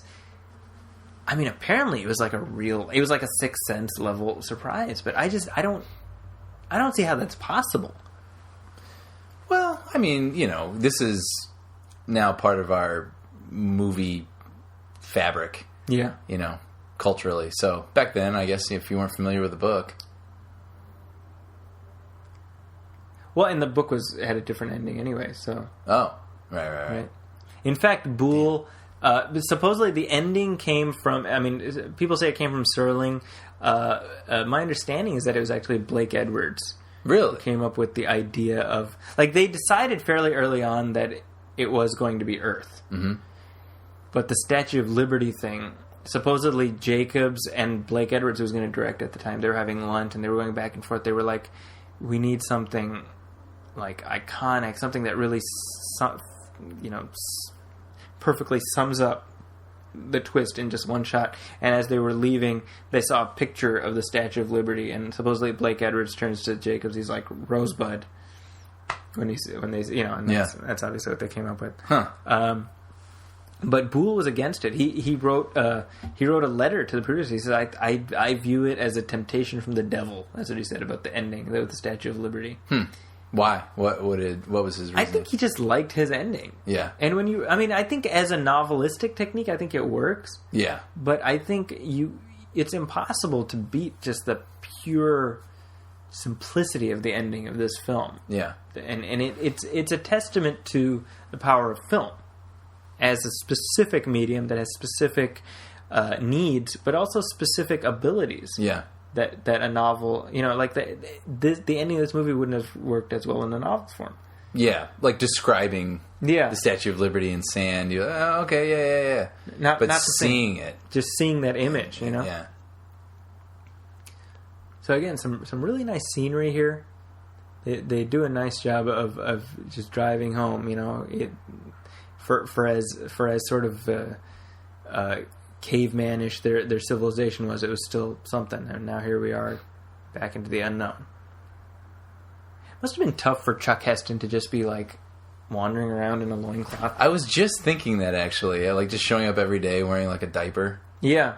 That's funny. And what's also interesting is that his physique at the time was considered he was muscle man. Yeah. But he looks a little lanky. Yeah, it's interesting how things have changed. Now you see Henry Cavill without his shirt on and he looks like a He-Man figure. Yeah. But back then, he's shaving here.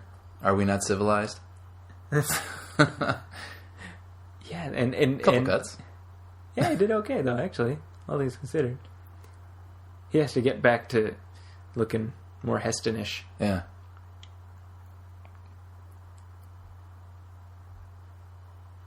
It's weird. I think that, obviously for me, this is his most iconic role. But I wonder, what is Charlton Heston's legacy? Is it the NRA? Is it, clearly he's not remembered by the current generation Yeah. as a movie star of the caliber that he was at his peak. I don't know. For me, even though I lived through all that NRA stuff, like, to me, he's just Moses and Yeah. this, Planet of the Apes and all that stuff. Ben-Hur. Did you ever end Ben-Hur. up watching Ben-Hur? Yeah. It was funny because, I grew up with the Ten Commandments because they play it every Easter on television. Sure. And I'd watch all 4 hours of it. And I just somehow, they didn't play Ben-Hur like that, so I didn't see it till, like, the last 2 years or something like that. And I enjoyed it, and I enjoyed the scope of it and everything, but Ten Commandments is endeared to me. Sure, because for all those you years. grew up with it. Yeah. So here again, it's him with the gun, and Yeah. It's, there's like levels of irony, but also, just in terms, irony because of Heston, who he became, but irony in terms of the story too, right? Because the whole thing is like, he's proving Dr. Zaius right. Right. Every time. Right. Because it's, quick to violence, and it's, that idea of, well, what does man represent? I love this line here. He says, I didn't realize man could be monogamous. And he says, on this planet, it's easy. And all the female apes are like, hey. I know. Wait a minute. One thing I will say, and I certainly don't want to turn this into a pile-on with the 2001 movie, but you see how much was lacking in that film. In terms of giving the characters depth and giving a sort of a broader purpose to the story than just getting from point A to point B. Yeah, it was just kind of an adventure film. Yeah, point A, point B, exactly. And I think part of that is because Mark Wahlberg didn't have the gravitas at that stage of his career. Sure. To pull off a more complex character. You think he had to, like, suck in his gut this whole movie, Charlton Heston? Heston? That's a good question, I just saw him do, like, a little gut check. He's like, hot girl standing next to me. Better get it. See, look at the Dr. Zaius makeup, I think it's very impressive. Yeah. I wonder how did she go out for this role, or was Richard Zanuck right? I got a great role for you. Yeah. You don't even have to memorize any lines. Yeah. All you got to do is wear a bikini and look pretty. Like, you. Yeah. That's probably what she said. No, seriously. It's like did she go on to anything else? Not really. She appeared in the sequel to this. Yeah. And then she was in a few random things, and then she just.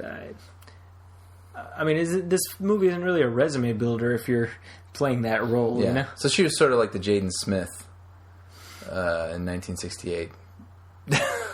You get in this big movie by proxy of your. Yeah. Except she didn't have an entire franchise constructed around her. Yeah, touche. Yeah. I think she plays to her strengths in terms of like what's asked of her. No, she's perfectly fine, of course, but she doesn't have to do a lot. The second movie actually stars an actor named James Franciscus, who was a TV star at the time. Mm-hmm. And really, I think they cast him because he's like a made-for-TV Heston. Ah. For most of the movie, it just follows him, and we kind of re-experience everything with him now. And, right. You realize why that's like a weaker movie. Right. It definitely... It's a shame to me because I feel like we didn't get enough out of this future setting, and I feel like, to me, when you talk about like sort of the iconic version of Planet of the Apes, it's humans as animals, it's that kind of world, and they really didn't, other than this movie, they didn't get the most out of that setting before sort of transitioning into the prequel mode with the latter sequels. Look at this framing here, the composition. It's like using every square inch of the widescreen. Yeah, well, Schaffner was really a master of his craft. Yeah, but you also think, this was before home video, but I guess they would show these things on television, so yeah. They would know that the movie would be cropped. Yeah. Yeah, the truth is that I remember the first time I saw this movie on home video, it was horribly pan and scan. It was a pan and scan, and it was a horrible pan and scan. Yeah. And there were big chunks of it that had been cut out. Also. Oh, really? There were probably about 10 to 12 minutes that had been cut out from the version that I saw. Why is that? Because it was a bad dupe, or because it was censored, or I mean, the cuts were actually very well done to the extent that I wasn't aware of them until much later. So I'm wondering who did that edit. yeah, You know, or maybe to make it fit on a tape or something. perhaps. Yeah, It's entirely possible because this movie is 112 minutes. The version I saw was probably 100 minutes. You know. So here, this is of course. This is the talking doll. yeah. Or rather, this is we don't know it's a talking doll yet, right? Well, were there any like deleted scenes? You know, are there any sort of famous things that were shot or were in the script that never made it into the? Well, the biggest thing, like I told you, was about Nova's pregnancy, Right. and that actually was shot because I know that there's photographs of that moment where that revelation happens or whatnot. I think actually it ended up being a very efficient shoot in that they had a clear intent that they weren't doing a lot of searching for the story while they were filming with this first one.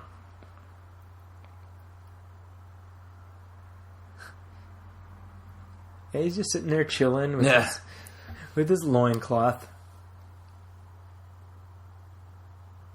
See, so again, here, right? He's making all these connections with life on Earth, but he still hasn't made that ultimate connection. Right. So you wonder, is he just slow? But then again, you put yourself in that position. It's like, would you make that connection? That, oh yeah, I'm back on Earth? I would just be like, thank God I found a woman.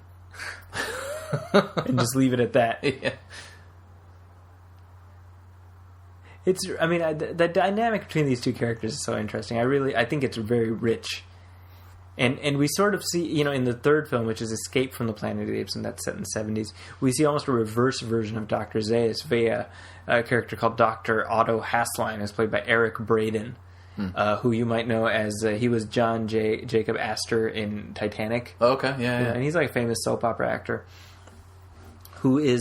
he's like the human version of Dr. Zaius, where it's like, I need to preserve human culture, and these apes represent a threat because of the future that they, and it really plays out nicely as like a parallel, an inversion of that, and it helps you recognize that this is a more complicated thing. Now here again, we come to one of the action sequences in the film, and I'm saying action with air quotes because there isn't so much action, but there's some gunfire.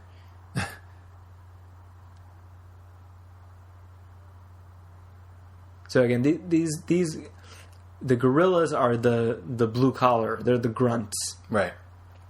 and you see it's the chimpanzees have their uniforms, the gorillas have theirs, and the orangutans have theirs. And Is that in the book as well? Is that stratification. That stratification was something that came in with the film.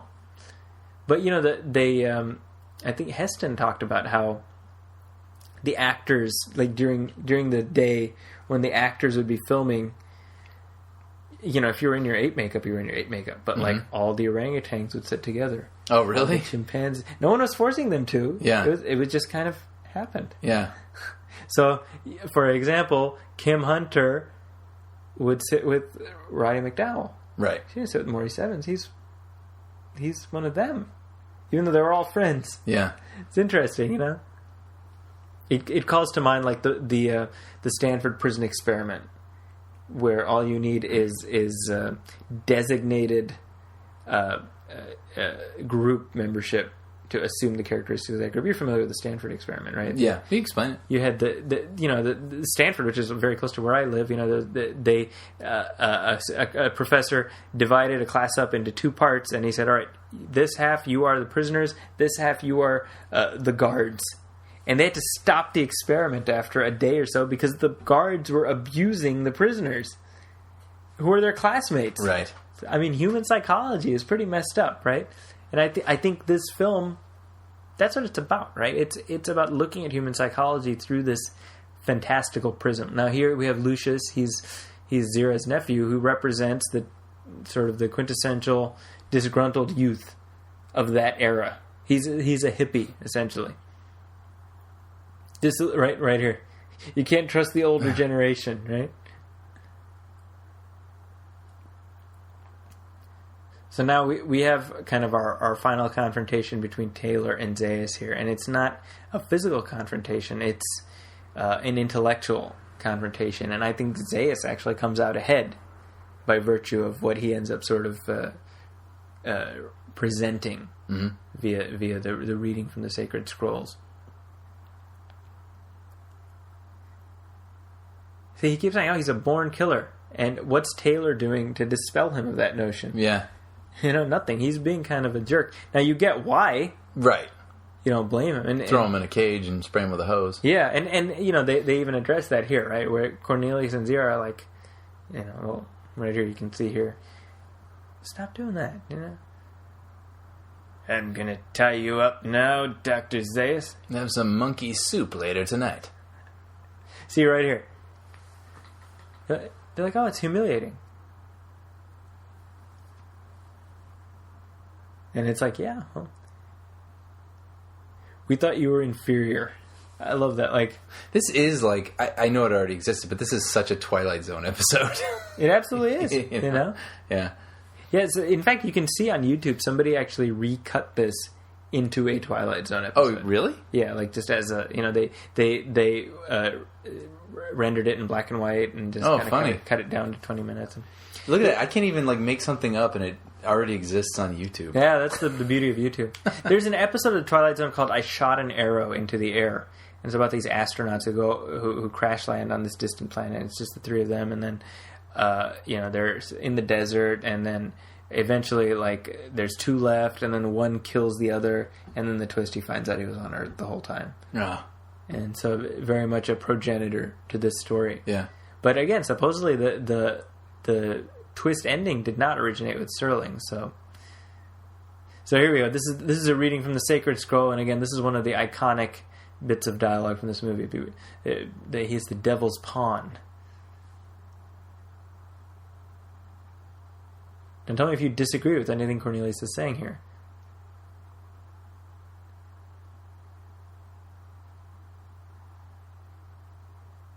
Where did these scrolls originate? They came from the lawgiver, who centuries ago set out ape law, right? Do you think we might see these scrolls popping up in these new ape films that are coming out? Well, I mean, it's kind of interesting because you're seeing the beginnings of certain sort of injunctions already start to happen. So I think if not explicitly, I mean, when you think about it, like the new film series, they've got so much road available to them. Yeah. This is something that has always been my question. Like, well, are these new films, are they Caesar's story or are they bigger than Caesar? Yeah. Like, this series was bigger than Taylor. And when you think about it, like, well, the Rise of the Planet of the Apes series has, from the 2010s to the 3970s, open to it. So there's a lot of directions it could go, So they could choose to leave us at a very specific point or take us right up to the edge of this movie if they wanted to. Going to jail for heresy. I mean, that's something that in modern American society is hard to contemplate, but that was something that occurred in human history. Yeah. Right? You're speaking against our beliefs.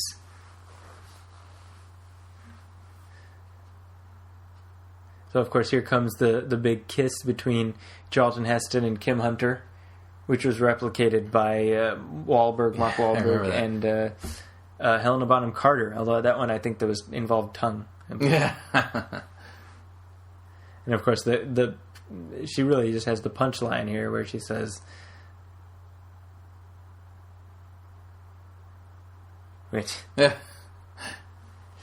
come here, doctor. I'm going to kiss you now. Man, I think she is... That makeup on her is insane. Well, she looks so... You can just... Nothing's hidden. Like, I can read her expression so well. And that's the thing. I mean, Kim Hunter made Zira a beautiful character. Yeah. Because her eyes are so expressive. Yeah. You really... You see the warmth of her character, And I think that says something about how for as awe-inspiring the motion capture apes are in these new films, this was just as much of a leap forward. Right. In fact, no makeup category existed at the time at the Academy Awards. So they gave this film a special honorary Academy Award. Wow. Because they wanted to honor it in some way. Huh. And supposedly, by the way, because 2001, A Space Odyssey came out the same year as Planet of the Apes. Oh, okay. And Arthur C. Clarke was supposedly resentful of this film because, he felt like the ape men in 2001 were at least as impressive as the apes in this. Right, and then have this get recognized. Yeah. See, so right here, this is Zaius kind of putting his cards out on Front Street.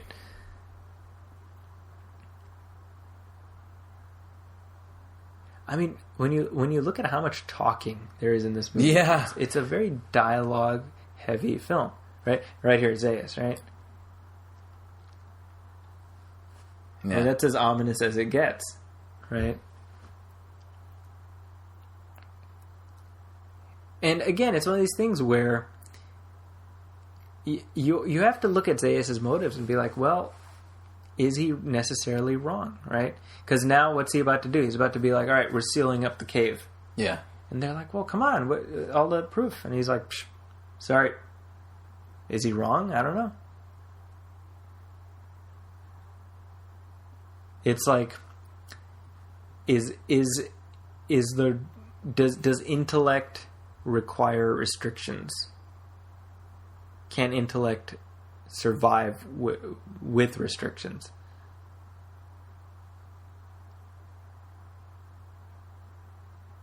And I love Lucius's line. He says, why doesn't knowledge have to stand still?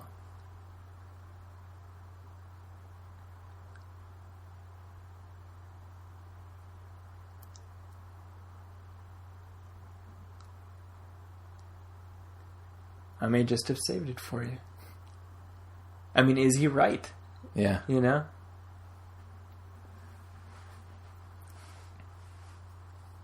So now here we come to the climactic moment, one of the most iconic endings in movie history. Apparently this is Malibu. Yeah.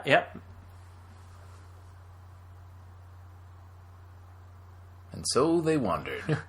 Well, that's the thing. I mean, I think in his mind, in Taylor's mind, he's like, all right, off we go to found a colony together, Yeah. Little realizing what is about to happen there. Sealing it up. Yeah, and there it goes. And again, remember, this is a film that was not being made as a franchise starter. This was just an unusual and important event. Right. Beginning, middle, end. And it works on that level, right? It works as this beautiful beginning, it's a middle, nice end little story, Yeah. I mean, Heston was very proud of this movie, and I think rightly so. It did something really unique with the genre at a time when, science fiction wasn't taken seriously, certainly the way it is now. In fact, I would argue that science fiction is not especially taken seriously today either, No. Because nowadays it's thought of as a vehicle for merchandising and things like that. The movies as thoughtful as something like this are like Moon, things like that nobody's they don't watching. really get that audience. Although, I mean, to be fair, both Rise of the Planet of the Apes and Dawn of the Planet of the Apes has done very well with critics. Mm-hmm. Now, this here, that part of the torch, and then we see part of the crown, those are the only practical parts of the Statue of Liberty that they built. Oh, okay. Right? And they were, this is like forced perspective so that we can get a sense of scale. This is a great shot. That's terrific. That by this point you should probably figure out what it is, I would think.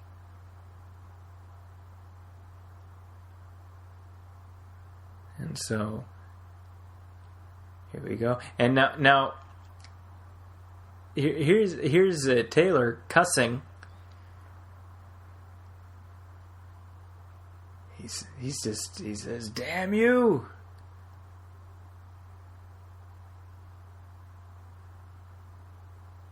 The man who didn't believe in humanity in the first place. I know. He's proven right.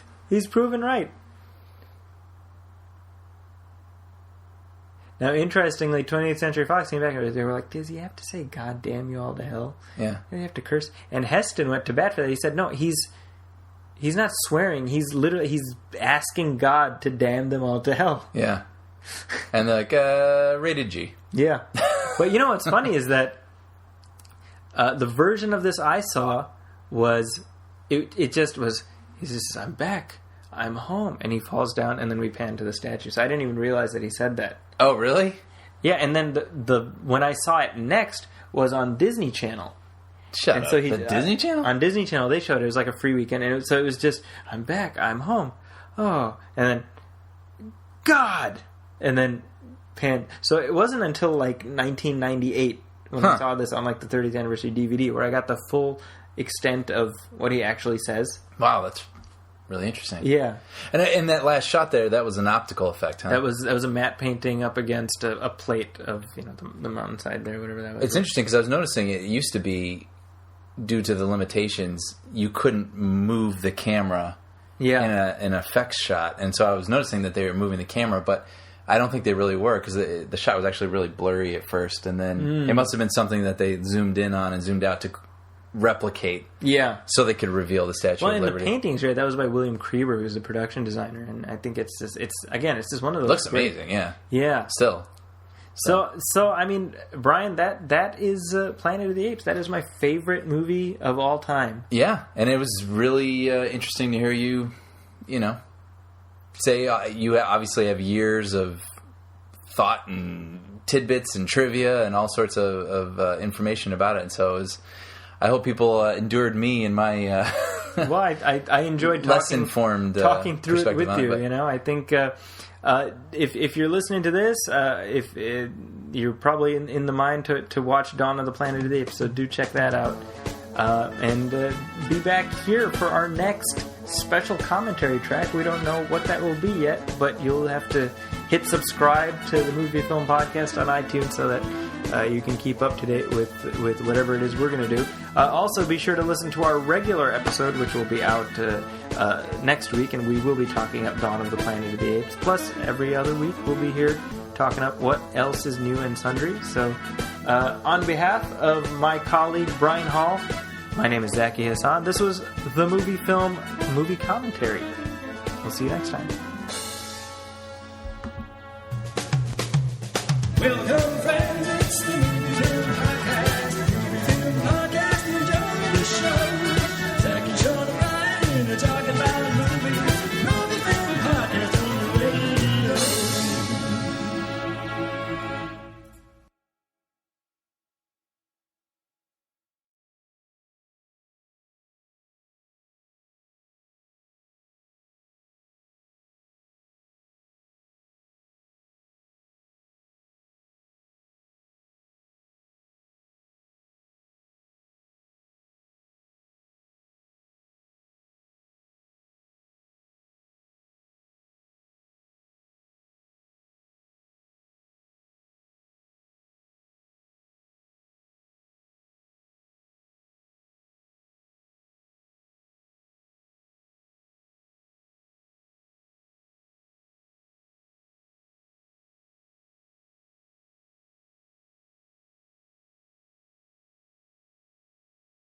Hey guys, it is Ryan. I'm not sure if you know this about me, but I'm a bit of a fun fanatic when I can. I like to work, but I like fun too. It's a thing. And now the truth is out there. I can tell you about my favorite place to have fun. Chumba Casino. They have hundreds of social casino style games to choose from with new games released each week. You can play for free anytime, anywhere. And each day brings a new chance to collect daily bonuses. So join me in the fun. Sign up now at ChumbaCasino.com. No purchase necessary. VGW Group. Void where prohibited by law. See terms and conditions. 18+.